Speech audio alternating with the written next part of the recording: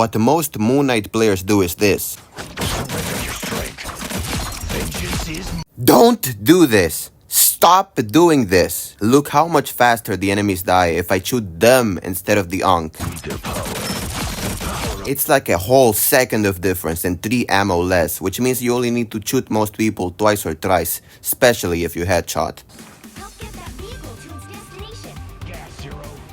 I can't believe that there's a video that I'm having to make, but apparently people don't know how to play Moon Knight of all characters. I should not be having the same reaction to one of our teammates going Moon Knight as I've had seeing a random Spider-Man and just thinking that he's gonna throw. But that is the sad state that we are in with people who insta-lock Moon Knight somehow. I'm not even talking like bad positioning or such advanced, deep and layered skills that you can't really expect random people to be having. It's a game for fun, of course.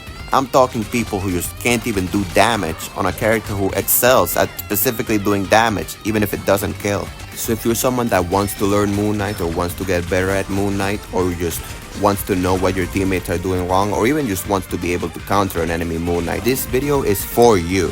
The first tip of advice and complaint I see from all types of Moon Knights in every single lobby is the Ankh, and more importantly its capability to reroute Moon Knight's attacks directly towards the enemy.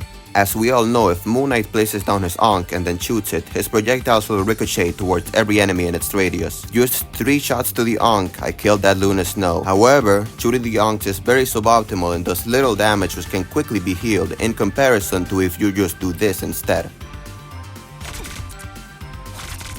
See how much more damage I did with only 2 shots, not even counting the damage from placing the Ankh itself, which would definitely have killed the Luna Snow in this case. Not to mention, if you shoot the person instead of the Ankh, you can go for headshots, which kills way faster.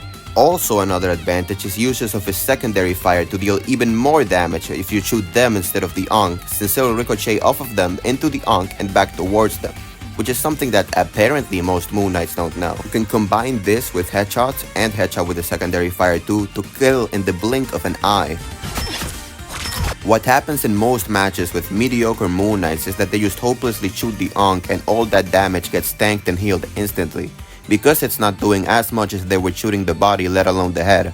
Although that was one of the cases in which it was more or less defensible to shoot the Ankh since I literally couldn't see. But if you shoot them, do more damage and build your ult, you can kill even through support to defensive ultimates. Really, the main skill and the most important one you need to be working on in this character is just being able to aim your projectiles and hit the enemy. He doesn't have too many other things that require technical skills, so as long as you can hit them, you'll be fine. And I understand it can be difficult sometimes because he's a projectile character, not a hit scan. You can't just move your cursor and click on them and it'll hit instantaneously.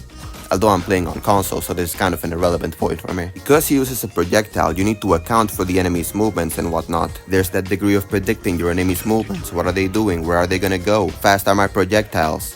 That is what the Ankh is for. That is when it's useful to shoot it, when you can't see the enemy or you have no idea where they could be going or they have too much movement or movement abilities. But the developers, as this happens very often, were very smart and intentful about this, because when you place down your Ankh, enemies in its radius are pulled towards it, so it's easier to predict where they're gonna go, because they're gonna be pushed in a direction that you can control. So in case of a bad player that doesn't want to account for their enemy's movements and just wants to shoot the Ankh whenever they walk into it, look how long it takes me to kill anything. If I predict the enemy's movements and I shoot them instead, however, it's damn near instantaneous. And I understand that it's harder to do in a real match because real humans move more unpredictably, and that is what the Ankhs are for. Although, of course, if you see someone moving in a straight line in a real match, they'll be super easy to hit because it's the most predictable thing ever. If you have trouble hitting, that's honestly a problem of your skill, and I don't mean that as an insult. You just need to play more to improve. You got this.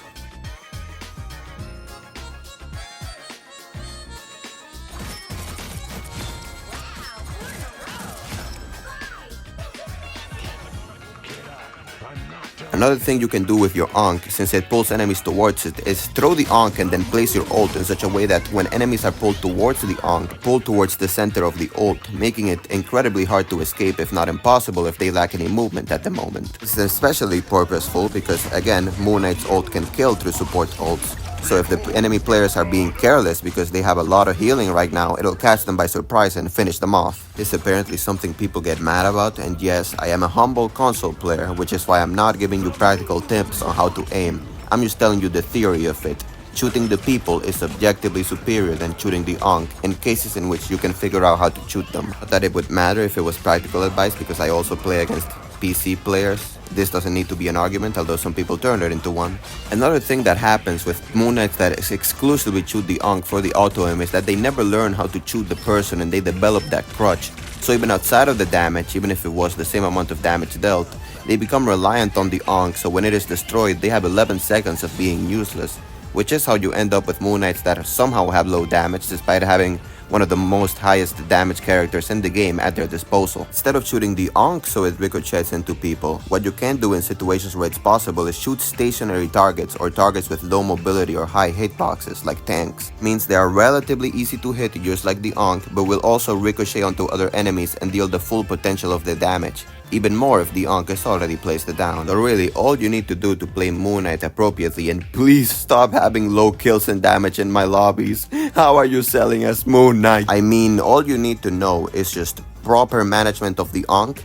Don't build that crutch. Learn and slowly develop your skills to shoot people because it'll do more damage and make you more useful. Learn when it is necessary to place the Ankh, how you should place it, and how to use it to maximize every other part of your kit, including your ult. To some, it may sound like a lot, but the more you play, the more you get used to it, and if you want to be good at Moon Knight, you should really be practicing these skills instead of relying on the crutch of him being a relatively low skill floor character. I hope that despite the simplicity, this video was useful, helpful, or entertaining to you. And if you enjoyed it, consider subscribing and watching my other content similar to this one. I also upload a lot of out there stuff like game reviews and the like, so there's really no waste. Now that this video is technically over, let me check if I've been pronouncing it correctly this entire time.